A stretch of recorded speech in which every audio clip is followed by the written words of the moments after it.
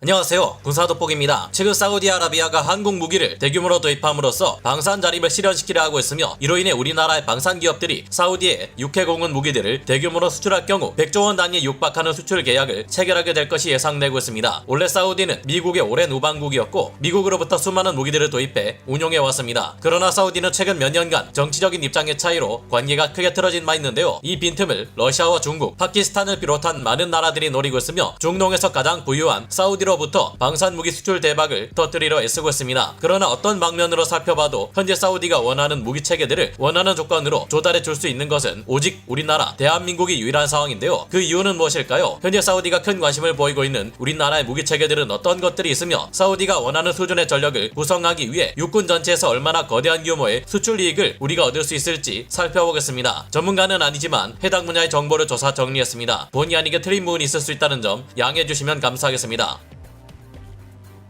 2018년 10월 2일 사우디아라비아의 반정부 언론인이자 워싱턴 포스트의 칼럼니스트였던 자말 아흐마드 함자 카슈크지는 튀르키예 사우디아라비아 총영사관에서 쥐도 새도 모르게 운명을 달리했습니다. 그는 줄기차게 사우디의 실세인 빈살만 왕세자를 비판해왔는데요. 그는 반정부 성향을 띠고 있었을 뿐만 아니라 이슬람 근본주의자였으며, 사우디나 이집트와 껄끄러운 관계에 있는 무슬림 형제단을 옹호하는 태도를 보이기도 했습니다. 카슈크지가 운명을 달리했던 10월 2일에는 사우디 왕실이 자주 이용하는 걸프 스트림 4 전세기 2대가 15명의 사우디 요원을 태워 카슈크지가 있던 튀르키예 이스탄불로 향했고, 카슈크지가 총영사관에 들어간 지 2시간 30분 뒤 이 15명의 사우디 요원이 총영사관을 떠났습니다. 여러 정황으로 볼 때 사우디 왕실의 계략에 의해 카슈크지가 사라진 것으로 의심되었지만, 사우디 측은 정확한 사실 여부를 공개하지 않았습니다. 마이크 폼페이오 전 미 국무장관은 이에 대한 확실한 책임을 물어야 한다는 입장을 내비쳤고, 조 바이든 미국 대통령도 인권 문제를 언급하며 이를 지속적으로 비판했습니다. 미 바이든 행정부는 지속적으로 빈살만 왕세자를 비판하며, 사우디가 미국에서 구입한 패트리어트 팩2 텍3 방공 시스템에서 사용되는 GMT 요격 미사일의 재고를 공급하지 않는 행동을 보였습니다. 이란의 사주를 받아 사우디를 공격해 대는 여러 친이란 무장단체들이나 예멘의 후티 반군을 막고 전 세계 최대 석유기업 아람코를 비롯해 여러 소중한 자산들을 지켜야 하는 사우디는 방공 무기가 절실했는데요. 이런 과정들 때문에 사우디는 미국에게 큰 불만을 가지게 되었고, 석유 증산 조치를 거부하기도 했습니다. 폭등하는 기름값을 감당할 수 없었던 바이든 미 대통령이 한수 접어주는 모습을 보였습니다. 빈살만 왕세자는 사우디를 국제적 왕따로 만들겠다던 미국의 발언을 오히려 조롱하며 오일머니 위력이 얼마나 대단한지 보여준 바 있습니다. 사우디는 여기서 한 단계 더 나아가 이란과 복교하고 중국과의 협력을 강화하는 등 미국과 반대되는 길을 가기 시작했는데요. 한순간 외교 관계가 틀어짐에 따라 국가가 위기에 처할 수 있다는 것을 직접 겪은 사우디는 이제 현재 미 바이든 행정부와는 더 이상 무기를 도입하는 협상을 맺지 않을 가능성이 높습니다. 독일이나 유럽도 마찬가지입니다. UN, 영국, 독일 등의 유럽 국가들도 카슈크지의 실종과 관련해 사우디를 비판하는 입장을 내보였고, 그중 독일은 이전에 사우디와 대규모 수출 계약을 성사시켰던 레오파르트 2A7 전차 수출 계약을 한순간에 취소해버렸습니다. 이런 일을 겪은 적이 있는데 사우디가 더 이상 유럽을 믿을 수는 없겠죠. 그러나 사우디의 입장도 난처합니다. 이들은 그동안 많은 미국 무기와 이스라엘제 무기들을 도입해 사용해왔는데요. 그렇다고 미국이나 유럽이 아닌 러시아, 중국, 파키스탄 등의 동구권 국가들과 방산무기 수출 계약을 진행하기도 어렵습니다. 미국제 무기 체계들과 이들 동구권 무기 체계들의 호환이 되지 않아 네트워크화가 어렵고 후속 군수 지원이나 유지 보수 또한 어렵기 때문입니다. 현재 사우디에게 필요한 것은 미국과 유럽 국가가 아니면서 나토와 호환되는 독자 개발 무기들을 수출하는 국가이고, 그러면서도 기존의 나토 무기들과 호환 및 네트워크와 통합이 가능해야 한다는 까다로운 조건이 붙습니다. 게다가 미래 사우디를 위해 비전 2030을 제시한 빈살만 왕세자는 2030년까지 무기 구매 예산의 50%를 국산 무기로 조달하겠다는 계획을 실현시키기 위해 2017년 사우디아라비아 군사산업 세미를 설립했습니다. 즉 사우디는 해외로부터의 무기 도입뿐만 아니라 기술 협력을 통한 방산 기술의 자립화까지 노리고 있다는 것인데요. 그런데 이 까다로운 조건들을 모두 만족하는 국가가 하나 있었으니 바로 우리 대한민국입니다.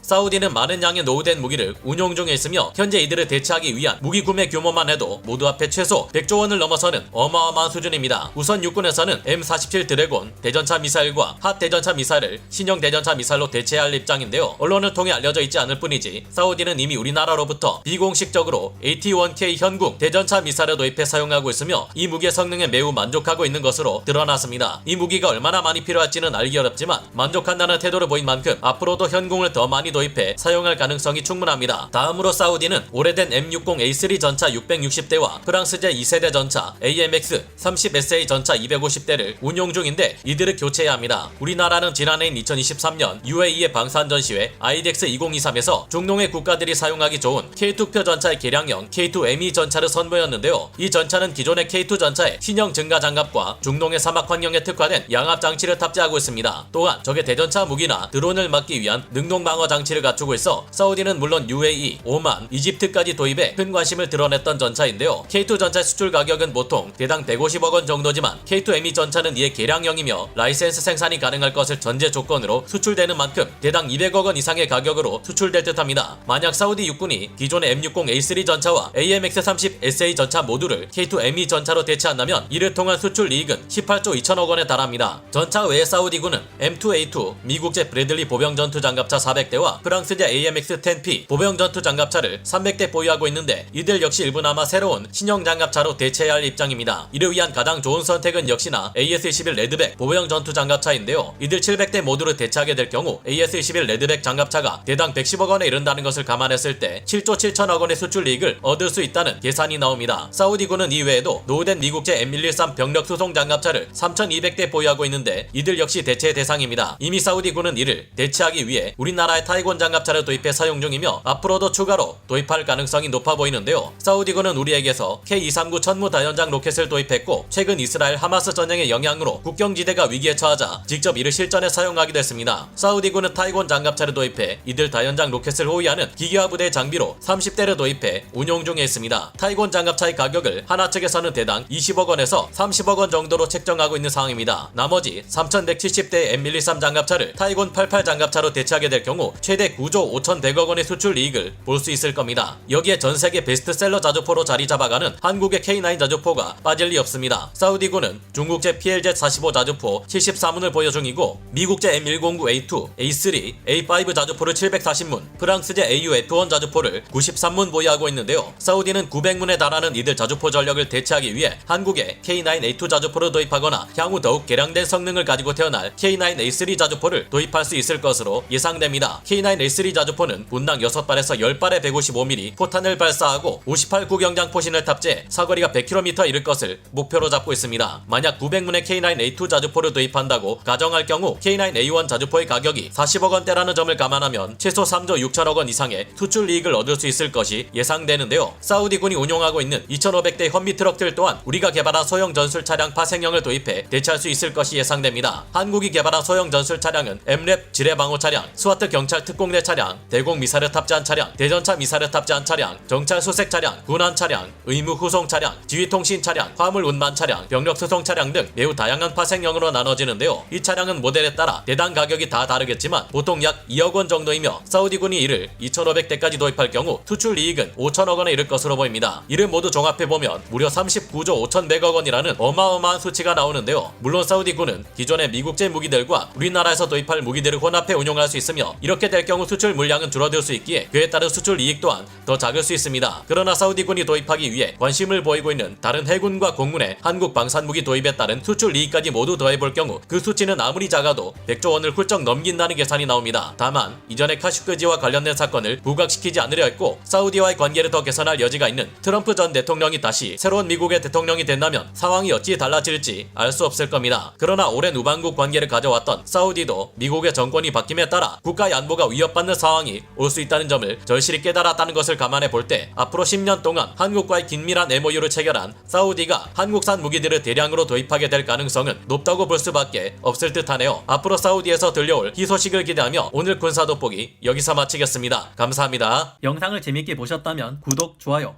알림 설정 부탁드리겠습니다.